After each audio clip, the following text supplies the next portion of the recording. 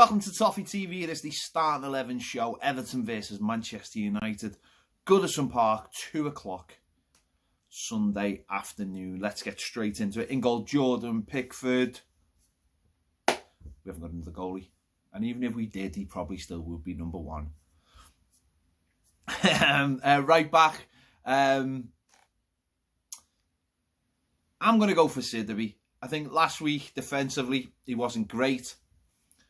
But at home, I think we need an adventurous player, an adventurous right back who will get forward. I look at the Man United team and I look at how well they counter-attack. And obviously, Seamus Coleman could come in and do a job.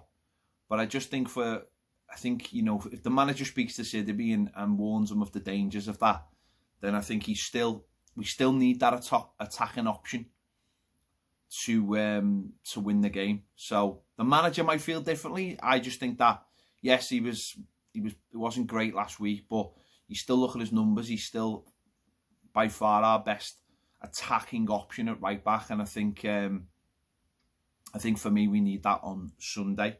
At left back, issues over Luca Dean. Obviously, there's no confirmation on his fitness. He'll be assessed.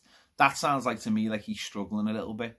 So I'm going to throw Leighton Baines in. I thought he had a decent game last week. I thought he could have done better for their third goal. I think he should have stopped the cross. But I thought, all in all, he was quite solid. So I think, I wouldn't think there'd be any problems with him having a week between games. So for me, I'd play him. The centre-backs, Mason Holgate and Yerry Mina, I think they're our number one partnership, and I think for a game like this, you need your number one partnership going forward in the big games. The manager might decide in some games to change it up, but I think for games like this, and Manchester United have been on really good form in terms of scoring goals. They scored 5 in Europe, they scored 3 against Watford, 2 down at Chelsea, so they have been scoring goals, keeping clean sheets. So we've got to make sure we do our best to keep a clean sheet in this game as well if we want to take the 3 points, obviously. So Mason Holgate and Yerry Mina at the back. In centre midfield, obviously no Morgan Schneiderlin. So obviously there has to be a change. Regardless, for me, Fabian Delph stay in the centre of midfield. I think he's got the legs to get round, and I think he can be defensive and also can create good chances with his passing ability. And next to him, I'd start Andre Gomez. I think the manager said himself, he's a week on from last week, no problems at all. They're just sort of keeping an eye on it, waiting to see if they think he's up for it. I think we've seen last week when he came on the pitch, got into the game pretty much straight away.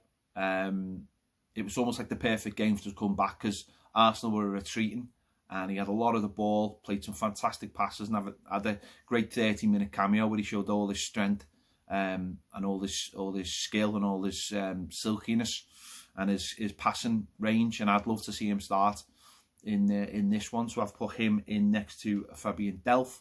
On the right-hand side, Theo Walcott, I'm going to put it back in the team. He is available.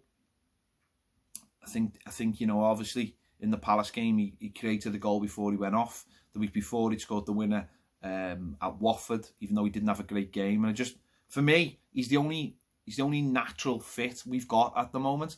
The only other thing you could do is play Sidorby there and Seamus Coleman. But again, you are making 2 changes for the sake of one. So for me, I'd definitely put Theo Walcott in there, and for the manager, he might look at it and think that's enough attacking that's as much attacking as we need on that side.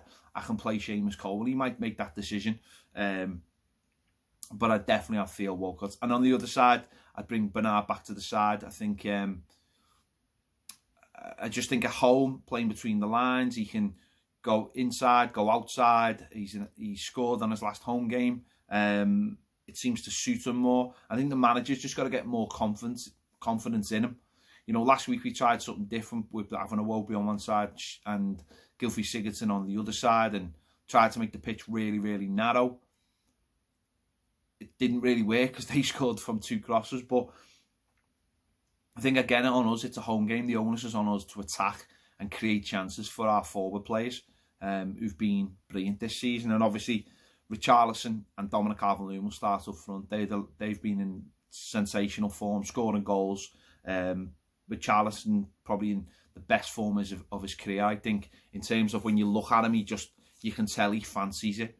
It'll be a fantastic battle with him and Wan-Bissaka on Sunday. I think the last time we played them, Wan-Bissaka was excellent defensively, and Richarlison will be loving the chance to have a go at him and beat them.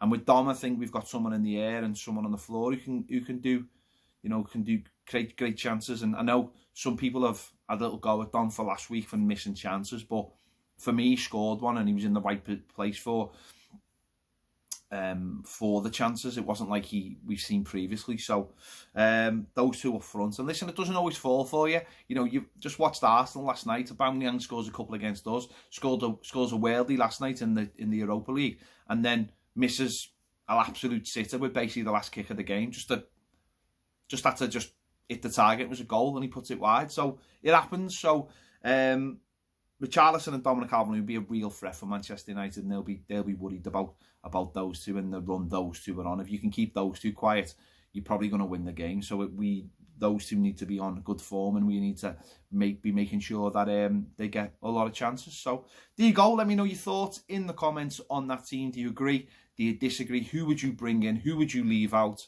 if you had the choice of picking the team for the game on Sunday? Don't forget to give this video a like, subscribe if you haven't already, and if you want more great videos, join us over on Patreon. The link is in the description. See you later.